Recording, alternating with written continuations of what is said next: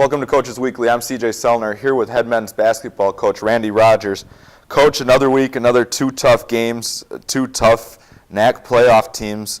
The first one being Benedictine, who is seemingly unstoppable at this point in the conference. Yeah, the coaches who have been there longer than me, they think this is the best team they've seen. In fact, Wisconsin Lutheran's coach, who's been there a while, he said that. He said, don't take this as the measurement for every year. He said, this is the best team I've seen in my career. They're big. They got good guards. They don't get rattled. Yeah, they're a very good team. Yeah. Now, you guys battled early in that one. They jumped out early, and then you guys answered with a bunch of threes. Rodney Castor really picked it up early in that first half. And then Darius Blackwell, the Cougar Male Athlete of the Week, he really battled tough all weekend long. We say it all the time. It's kind of a cliche at this point. He plays a lot bigger than his size, and he really showed that this week.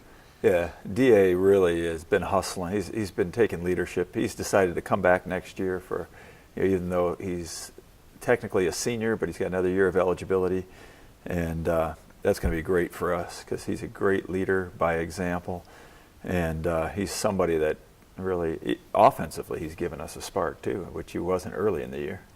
Now that Wisconsin Lutheran game was another one of those, you guys just continue to battle, but it just hasn't been there. Is that something that we're going to see hopefully translate to a win this week? We hope to see a win, but you guys have the Division Street rivalry with Dominican coming in on Wednesday night, and then you closed it out with another rivalry game heading up to Mequon. Yeah, Dominican just had a great win against MSOE, who's involved in that log jam at the playoff bottom, which is for sixth place. So they're playing well. And what we're doing is we're playing teams fairly tough, but we can't get that single-digit deficit. We go from down 16 to down 10, and then we had 5 shots to cut it from 10 to single digits. 3 of them were threes. Would have been a 7-point game if we would have hit them. They just rattle out, and we just got to knock down those shots. But we've talked about that's what the off season's about, and that's what practice is about. That you increase your percentage, and so we're doing a lot of psychology right now. Well, it's nice. I mean, we kind of learned about it because it was senior day for the women's team, but for you guys, well, we didn't get to have one this year because everybody is coming back next year. Everybody has the opportunity to come back.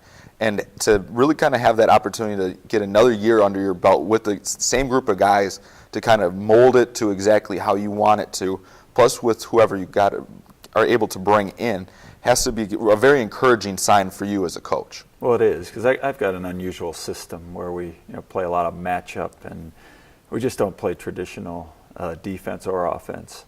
But these guys know the system, so they can be like the teachers of it next year, too, to those we bring in. And I plan to bring in a number of guys that will fit the system well. That means they're going to be playing hard, unselfishly. A lot of them will be able to shoot the three.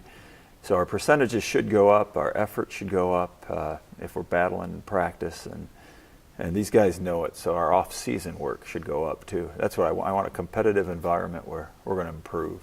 Well, and you have guys like DA stepping up into the leadership roles as of late, and then every time we walk into a practice, even though you guys have been eliminated from the playoff race, they continue to fight hard. They're continuing to want to get better, which is got to be just make you glow as a coach.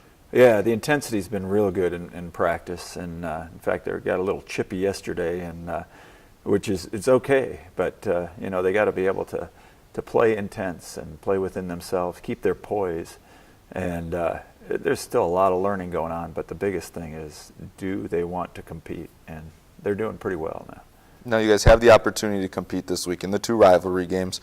What do you guys have to do to get on the right side to have some positives to end the year? I think a big thing is to start off these games where we score first. That game against Wisconsin Lutheran, we scored first. That was the first time in about 11 games, I believe we counted, that we scored first. So we're digging holes a lot. It'd be nice if we didn't have to do that. And that we establish ourselves with our pressure too, especially against Dominican. I think the Dominican game is going to establish a lot for that final Concordia-Wisconsin game. Well, we look forward to it. Cougars' final home game Wednesday night here at Geisman. I'll have that call live at cuchicago.edu/live. And the Cougars close out their 2016 season at Concordia, Wisconsin on Saturday. For Coach Randy Rogers, I'm CJ Sellner. Thank you for watching Coaches Weekly.